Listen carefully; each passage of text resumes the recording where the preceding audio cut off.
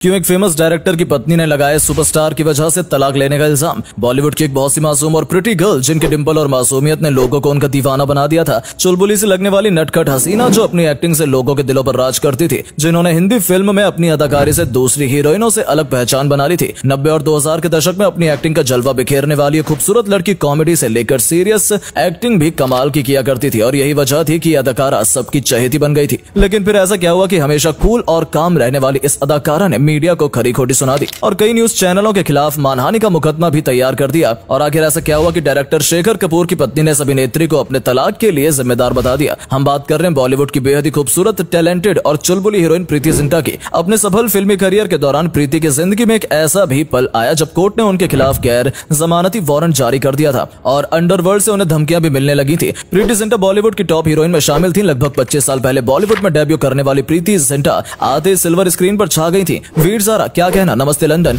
और भी कोई मिल गया जैसी सुपरहिट फिल्मों में काम करने वाली प्रीति जिंटा डिंपल गर्ल के नाम से जानी जाती हैं। इन्होंने तीनों खानों के साथ काम किया, कई बड़े डायरेक्टर्स के साथ भी काम किया। इतना ही नहीं, निर्माता, एंटरप्रेन्योर और लेखक के तौर पर भी प्रीति ने अलग पहचान बनाई है। आपको पता ही होगा कि प्रीति आईपीएल टीम की को-ऑनर भी रह चुकी है। प्रीति का जन्म शिमला के एक क्षत्रिय परिवार में 31 जनवरी 1975 को हुआ था। उनकी शुरुआती पढ़ाई सोलन और शिमला के स्कूल से हुई थी। उन्होंने क्रिमिनल साइकोलॉजी में अपना पोस्ट ग्रेजुएशन पूरा किया। प्रीति न सिर्फ पढ़ाई में अच्छी थी बल्कि बास्केटबॉल प्लेयर भी थी। जब आगे की पढ़ाई के लिए मुंबई आई तो मॉडल के तौर पर काम करना शुरू किया और एडवर्टाइजमेंट इंडस्ट्री में कई सारे ऐड किए। ऐसे एक पार्टी में डायरेक्टर शेखर कपूर की नजर प्रीति पर पड़ी और उन्होंने उन्हें फिल्म के लिए मिलने को बुलाया। 1997 में फिल्म तारा रंपम के लिए प्रीति को फाइनल कर दिया गया और उनके हीरो थे ऋतिक रोशन, लेकिन ये फिल्म नहीं बन पाई। इसके बाद शेखर कपूर ने मणिरत्नम की फिल्म दिल से में प्रीति को कास्ट करवा दिया। इस तरह 1998 में दिल से फिल्म में प्रीति ने बॉलीवुड में डेब्यू किया। इस फिल्म में उनके छोटे से रोल को काफी पसंद किया गया और फिर तो फिल्मों की लाइन लग गई। उसके बाद 2000 में फिल्म आई क्या कहना और इस चैलेंजिंग रोल को प्रीति ने खूब बखूबी निभाया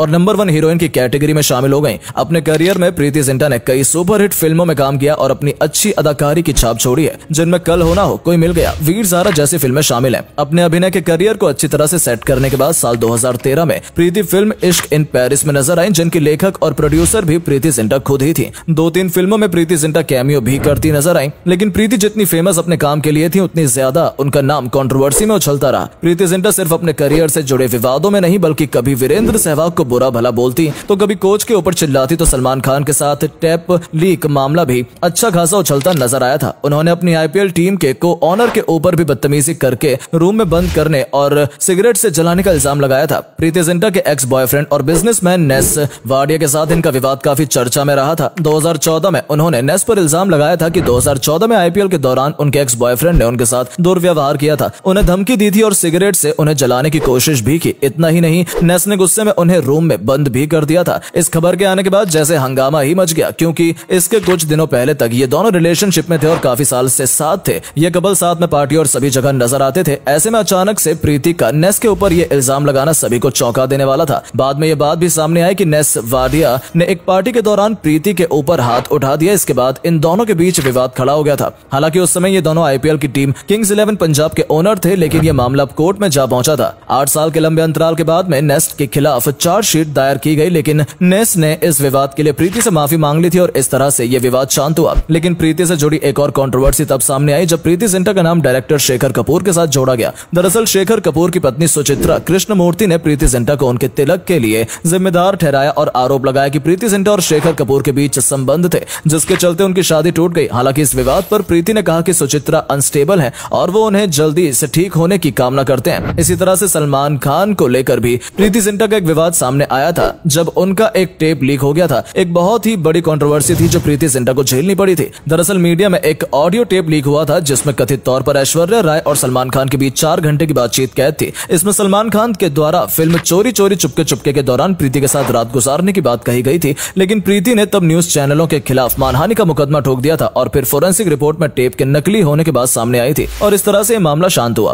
प्रीति जिंटा से जुड़े अगले विवाद की बात करें तो प्रीति के खिलाफ एक बार गैर जमानती वारंट भी जारी कर दिया गया था। दरअसल 2013 की फिल्म इश्क इन पेरिस के डायलॉग राइटर अब्बास टायर वाला ने प्रीति जिंटा के खिलाफ मामला दर्ज कराया था कि प्रीति के द्वारा दिया गया 18 लाख का चेक बाउंस हो गया और उस समय प्रीति कोर्ट में पेश नहीं हो पाई थी और ऐसे में कोर्ट ने उनके खिलाफ गैर जमानती वारंट जारी कर दिया था। हालांकि बाद में यह मामला सुलझ गया। इसी प्रकार प्रीति एक बार बोटॉक्स कराए जाने को लेकर भी बहुत ट्रोल हुई थी। जब एक्टर एक्टर तुषार कपूर ने कॉफी विद करण शो में पूछे गए एक सवाल के जवाब में ये कह दिया था कि इंडस्ट्री में प्रीति जिंटा बोटॉक्स का पर्याय बन चुकी हैं। इस बयान से प्रीति बहुत ज्यादा भड़क गई थी। ऐसे ही एक बार आईपीएल मैच के दौरान प्रीति और वीरेंद्र सहवाग की एक तस्वीर सामने आई थी, जब राजस्थान रॉयल्स के खिलाफ एक अहम मुकाबले में पंजाब की टीम हार गई थी और टीम की को ऑनर प्रीति जिंटा को टीम में मेंटर वीरेंद्र सहवाग के साथ गलत अंदाज से बात करते हुए देखा गया था। हालांकि बाद में दोनों ने ही इस खबर का खंडन किया और बताया कि ऐसा कुछ भी नहीं हुआ है। 2016 में एक बार फिर प्रीति के ऊपर आरोप लग गया कि उन्होंने टीम के कोच संजय बांगर को प्लेयर और स्टाफ के सामने अपशब्द कहे थे।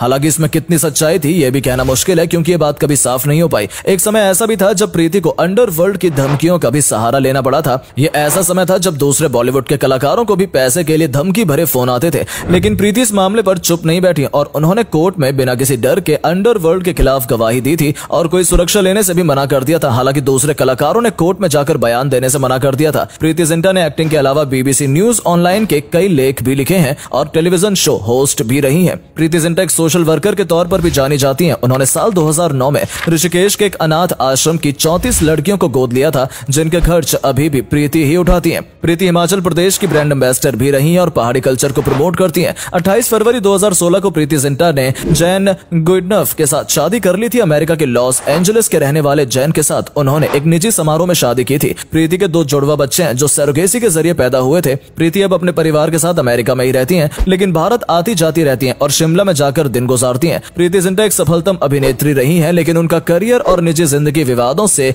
घिरे रहे हैं। हम प्रीति जिंटा को उनके अच्छे भविष्य और स्वास्थ्य के लिए शुभकामनाएं देते हैं।